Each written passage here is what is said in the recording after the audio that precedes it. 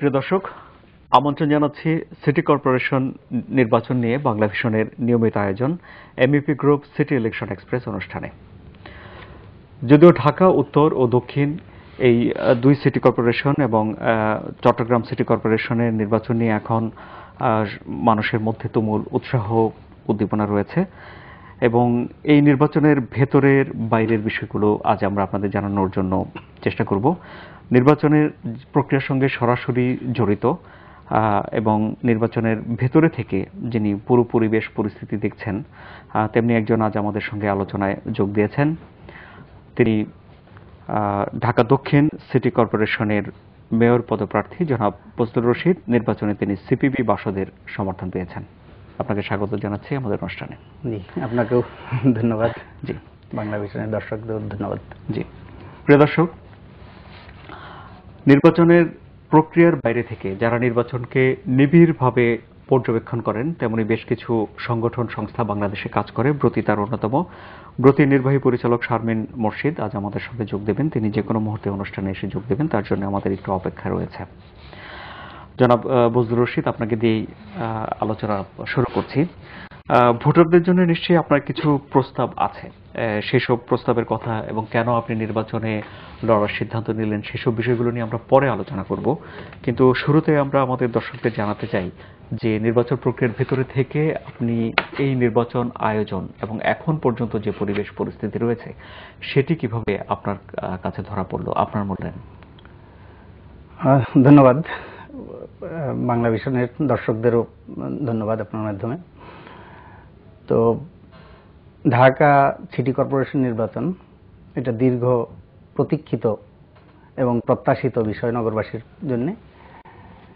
13 বছর পর 2002-এ সর্বশেষ ঢাকা সিটি কর্পোরেশন ঐক্যবদ্ধ ঢাকা সিটি কর্পোরেশনের নির্বাচন অনুষ্ঠিত হয়েছিল। তারপর 13 বছর পর এই বছর 2015-তে বিভক্ত ঢাকা সিটির নির্বাচন অনুষ্ঠিত হতে যাচ্ছে।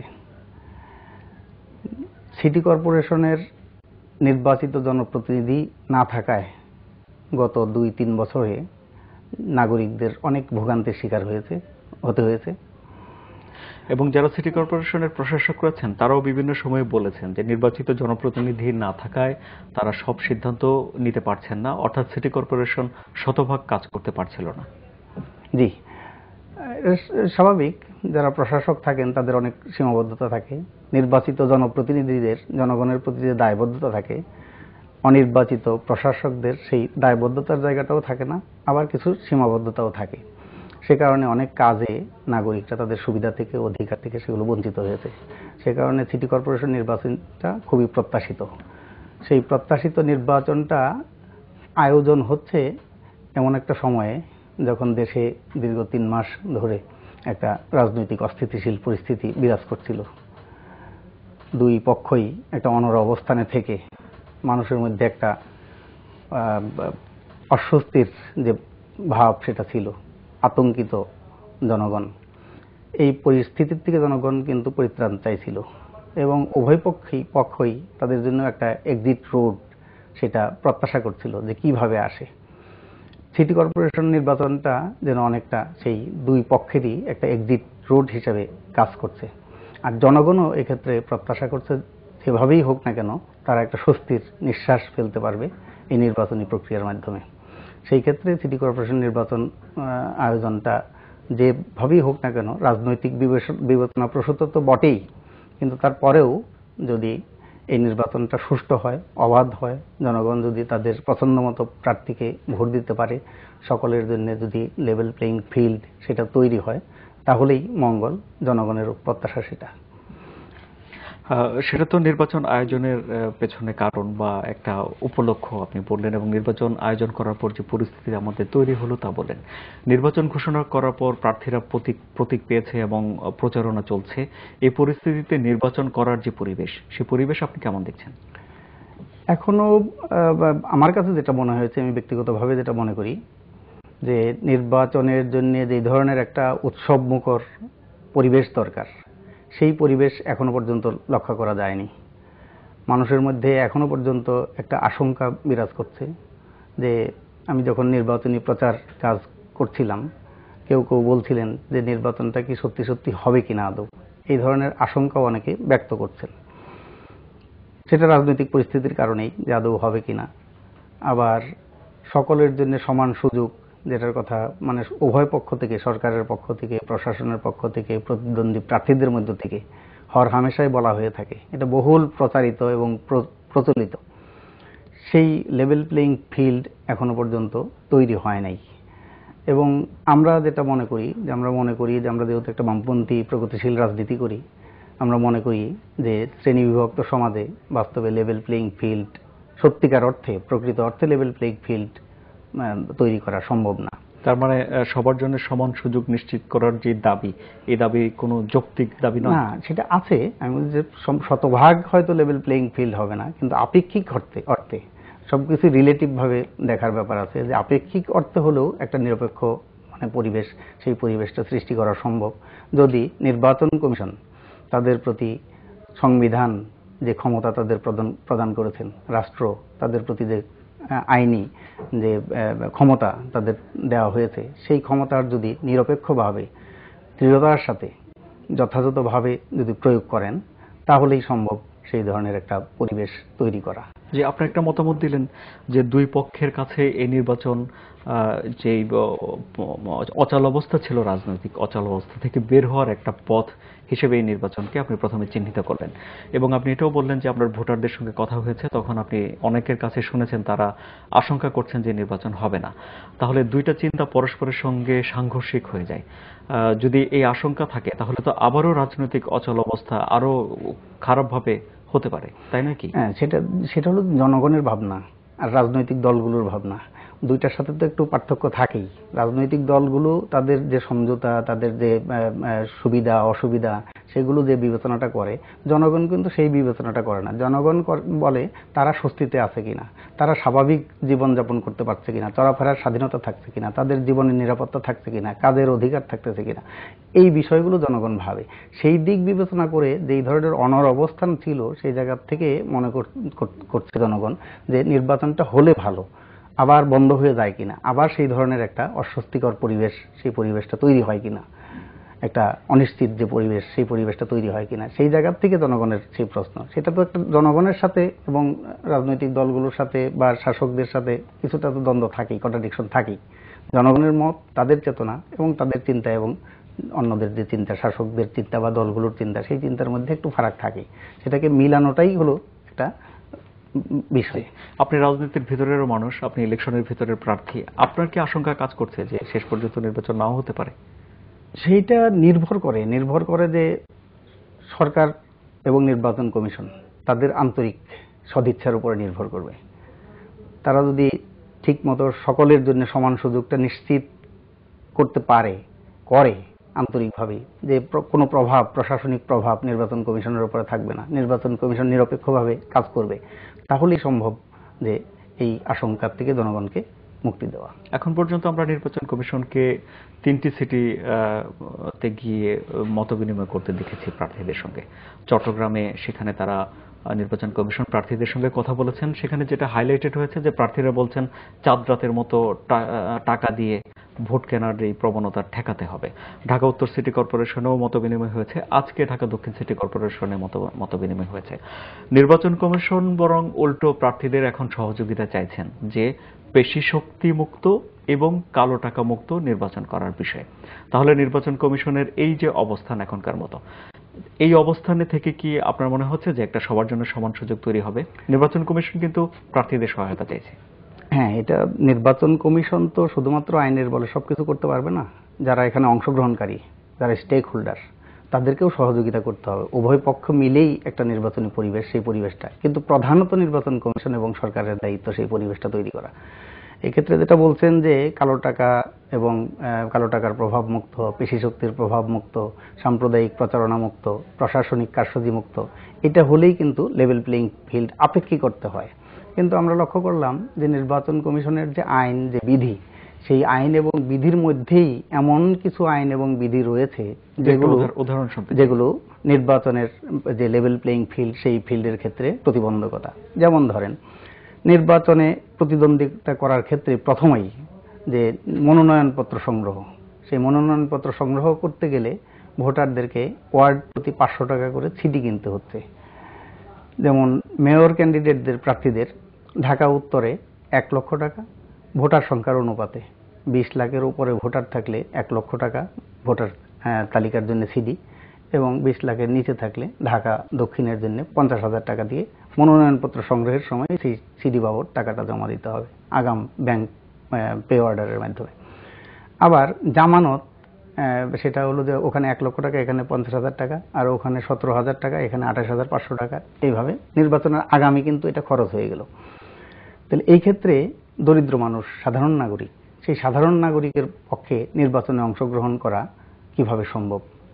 যদি আমি একজন গার্মেন্টস শ্রমিকের কথা বলি, সেই গার্মেন্টস শ্রমিক তার মাসিক বেতন 5,300 টাকা, সারা বছরে তার 60-62 হাজার টাকা তার ইনকাম। তাহলে তার যদি নির্বাচনে জামানত বাবদই 20,000 থেকে 50,000 টাকা পর্যন্ত একজন সাধারণ কাউন্সিলরের এবং মেয়রের যদি 50,000 টাকা এবং 28,000 টাকা, 78,000 টাকা লাগে, কিভাবে সম্ভব তাদের পক্ষে নির্বাচনে অংশগ্রহণ করা, প্রতিদ্বন্দ্বিতা করা? তারা ভোট দেওয়ার অধিকার রাখে, কিন্তু ভোট প্রার্থী হওয়ার প্রতিদ্বন্দ্বিতা করার অধিকার তারা রাখে না। এইভাবে একটা ডিসক্রিমিনেশন ইতিমধ্যেই নির্বাচনী যে বিধান, নির্বাচনী যে আইন, সেই আইনের মধ্যে দিয়ে জনসাধারণের যে ডিসক্রিমিনেশন সেটা করা হয়েছে। সেটা আমরা নির্বাচন কমিশনকে জানিয়েওছি। আমাদের দলের পক্ষ থেকে, কমিউনিস্ট পার্টি বাসদের পক্ষ থেকে আমরা স্মারকলিপি দিয়েছি যে এই বিধানটা রদ করা হোক। আরেকটা বিষয়, যেমন 3 নাম্বার বাধ্যতামূলক করা হয়েছে। এখন ধরেন যেই নাগরিক কর দেয় তার জন্য 3 বাধ্যতামূলক, ঠিক আছে, এবং 3 না, শুধু 3-এর আয়কর রিটার্ন, সেটা সার্টিফাইড কপি, সেটা জমা দিতে হবে। যে আয়কর দেয় না তার তো 3 নাম্বারের প্রয়োজন নেই, এবং আয়কর রিটার্নের কোনো বিষয় নেই। তাহলে যে আয়করের আওতা মুক্ত সেই প্রার্থী কেন 3 সংগ্রহ করবে এবং কেন আয়কর রিটার্নের সার্টিফিকেট জমা দিবে? এইগুলো করে কিন্তু নির্বাচনে একটা প্রতিবন্ধকতা তৈরি করা হয়েছে, যে শুধু ধনীদের জন্য, গরিবের জন্য নয় এই নির্বাচনে অংশগ্রহণ করা। সেইভাবে লেভেল প্লেইং ফিল্ড কিন্তু ইতিমধ্যে আইন এবং বিধিবিধান দ্বারাই কিন্তু এটা বৈষম্য সেটা তৈরি করা রাখা হয়েছে। কিন্তু সিটি কর্পোরেশনের যে ইতিহাস আমাদের সামনে আছে, বিশেষ করে আমাদের মতো দেশগুলোতে, সেখানে তো যারা ধনাঢ্য ব্যক্তি, যারা সমাজসেবা করতেন, তারা সিটি কর্পোরেশনের নির্বাচন করতে আসতেন। সেই বিষয়টি কি এই আইনকে প্রভাবিত করেছে কিনা? সেটা একটা জিনিস, এটার ইতিহাস দেখলে আমরা লক্ষ্য করব যে নগরগুলো গড়ে উঠেছে কেন।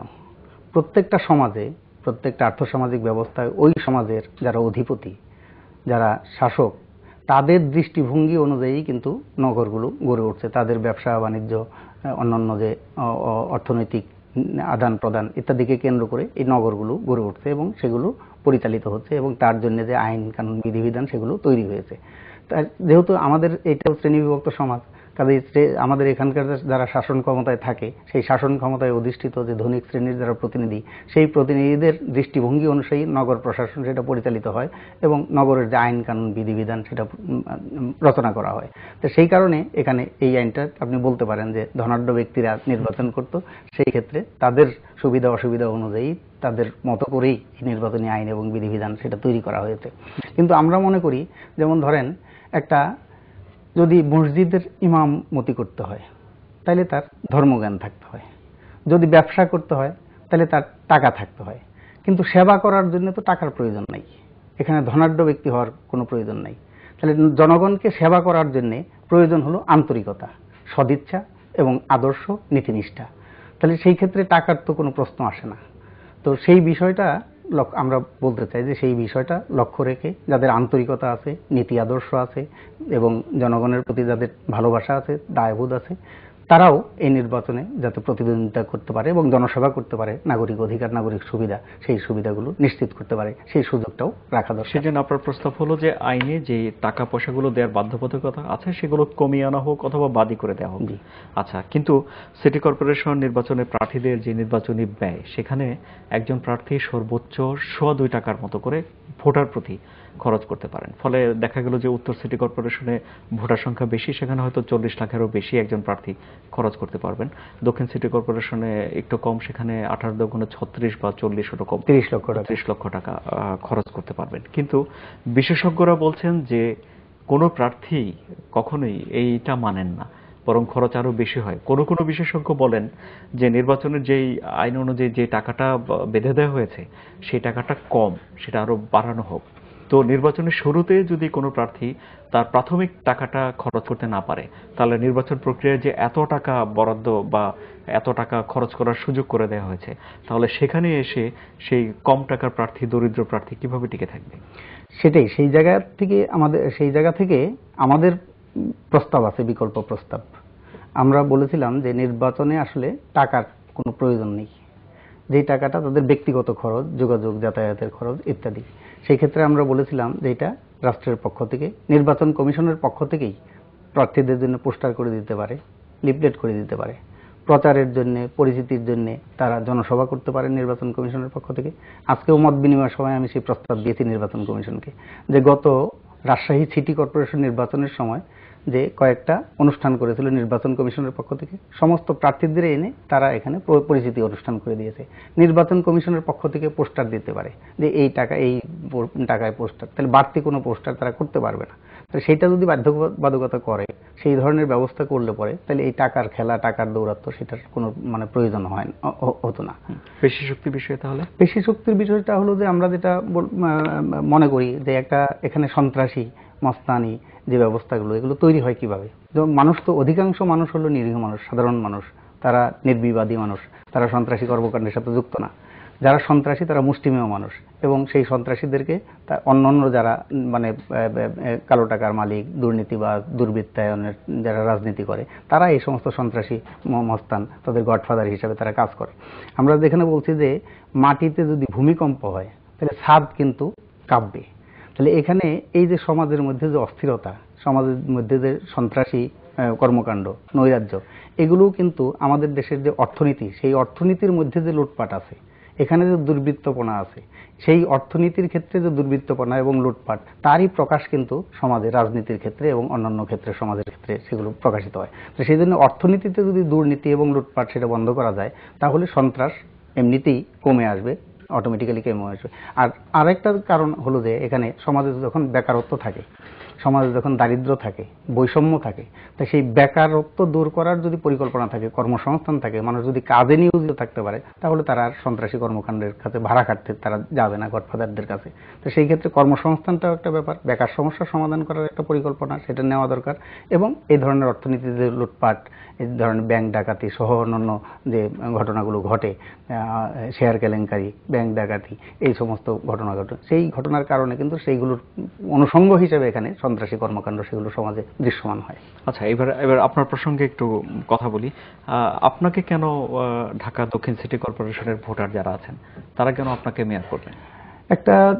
আমি এই ক্ষেত্রে খুব স্পষ্ট করে বলতে চাই যে ঢাকা দক্ষিণ সিটি কর্পোরেশনে যারা নির্বাচনে প্রতিদ্বন্দ্বিতা করছেন, এক দুইজন বাদে অধিকাংশ যাদেরকে মিডিয়ায় বা পত্রপত্রিকায় বা অন্যান্যভাবে সর্বসাধারণে আলোচনার বিষয় হিসাবে আসে হেভিওয়েট প্রার্থী, তারা কিন্তু, তাদের কথা আমি বলতে পারি যে কেউই, এটা উত্তর সিটি কর্পোরেশন বলেন, দক্ষিণ সিটি কর্পোরেশন বলেন, কেউই কিন্তু তারা জনগণের যে নাগরিক অধিকার, এখানে ঢাকা শহরে জলাবদ্ধতার সমস্যা হয়েছে, সেই সমস্যা নিয়ে তারা কেউ একটা মানববন্ধন করেছে, তারা একটা বিবৃতি দিয়েছে, একটা মিছিল করেছে, সেটা দূর করার জন্য উদ্যোগ নিয়েছে, সেগুলো করেনি বলে আমি মনে করি। আলোচনায় ফিরবো, আমাদের একটা ছোট বিরতি নিতে হচ্ছে। বিরতির পর ঠিক এই আলোচনা দিয়ে শুরু করবো। প্রিয় দর্শক, একটা ছোট